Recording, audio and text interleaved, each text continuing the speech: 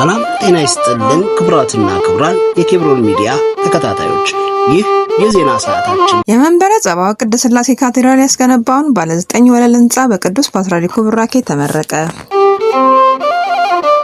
የኢትዮጵያ ኦርቶዶክስ ተዋሕዶ ቤተክርስቲያን መንበረ ፓትርያርክ የመንበረ ጸባዖት ቅድስት ሥላሴ ካቴድራል ከበኩረ ምዕመናን ከበደ ተካልኝ በስጦታ ባገኘው በ22 ማዞሪያ ጎላጎል ህንጻ አጠገብ ያስገነባው ባለ 9 ወለል ህንጻ በብፁዕ ወቅዱስ አቡነ ማትያስ ቀዳማዊ ፓትርያርክ ርዕሰ ሊቃነ ጳጳሳት ዘኢትዮጵያ ሊቀ ጳጳስ ዘአክሱም ወዕጨጌ ዘመንበረ ተክለ ሃይማኖት ቡራኬ ተመርቆ አገልግሎት መስጠት ጀምረዋል። በህንጻው ምርቃት ብፁዕ አቡነ ሳይሮስ የመንበረ ፓትርያርክ ጠቅላይ ጽሕፈት ቤት ዋና ስራ አስኪያጅ፣ የደቡብ ምዕራብ ሸዋ እና የሸገር ከተማ አህጉረ ስብከት ሊቀ ጳጳስ ብፁዕ አቡነ ዲዮስቆሮስ የቅዱስ ሲኖዶስ ዋና ጸሐፊ፣ የራያ ሀገረ ስብከት ሊቀ ጳጳስ ብፁዕ አቡነ ሕርያቆስ የአዲስ አበባ ሀዲያና ስልጤ አህጉረ ስብከት ሊቀ ጳጳስ፣ ብፁዓን አበው ሊቃነ ጳጳሳት እና ጥሪ የተደረገላቸው እንግዶች ተገኝተዋል። ሊቀ ስልጣናት ቆሞስ አባ ሲራክ አድማሱ የመንበረ ጸባዖት ቅድስት ሥላሴ ካቴድራል አስተዳዳሪ እንኳን ደህና መጣችሁ መልእክት አስተላልፈው ጸሎተ ኪዳን ደርሷል። ለአከ ሰላም ሽታው ብርሃኑ የካቴድራሉ ዋና ጸሐፊ የህንጻውን ስራ የተመለከተ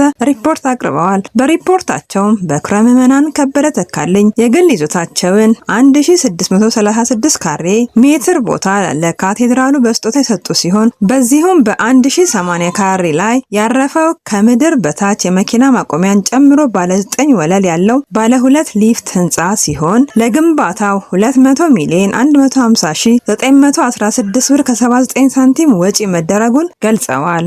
ሊቀ ስልጣናት ቆሞስ አባ ሲራክ አድማሱ በህንጻ ስራ ያጋጠሙ ችግሮችን እና የተወሰዱ መፍትሄዎችን ገልጸው በስራው ድጋፍ ላይ ያደረጉ ባለድርሻ ተቋማትና ግለሰቦችን አመስግነዋል። የአዲስ አበባ ሀዲያና ስልጤ አህጉረ ስብከት ሊቀ ጳጳስ ብፁዕ አቡነ ሕርያቆስ ይህ ህንጻ በቤተክርስቲያን በየክብረ በዓሉ የሚከናወነው ጥላ መዘቅዘቅ እና ልመና በማስቀረት ቤተክርስቲያን በኢኮኖሚ ራሷን ችላ መንፈሳዊና ማህበራዊ አገልግሎቷን እንድታከናውን የሚያደርግ ነው ብለዋል። የህንጻ ግንባታ ስራው ሌሎች አድባራትና ገዳማት ሊማሩበት ይገባል ሲሉ መልእክት አስተላልፈዋል። ብፁዕ ወቅዱስ አቡነ ማትያስ ቀዳማዊ ፓትርያርክ ርዕሰ ሊቃነ ጳጳስ ዘኢትዮጵያ ሊቀ ጳጳስ ዘአክሱም ወዕጨጌ ዘመንበረ ተክለ ሃይማኖት ህንጻው ረጅም ጊዜ ወስዶ እንደመሰራቱ አጨራራሱ ያማረ የሰመረ ነው፣ ይኸውም ለካቴድራሉ ዘላቂ ጥቅም የሚሰጥ ነው ብለዋል። መርሃ ግብሩም በብፁዕ ወቅዱስ ፓትርያርክ ጸሎተ ቡራኬ ተጠናቋል። ሐምሌ 25 አዲስ አበባ ኢትዮጵያ።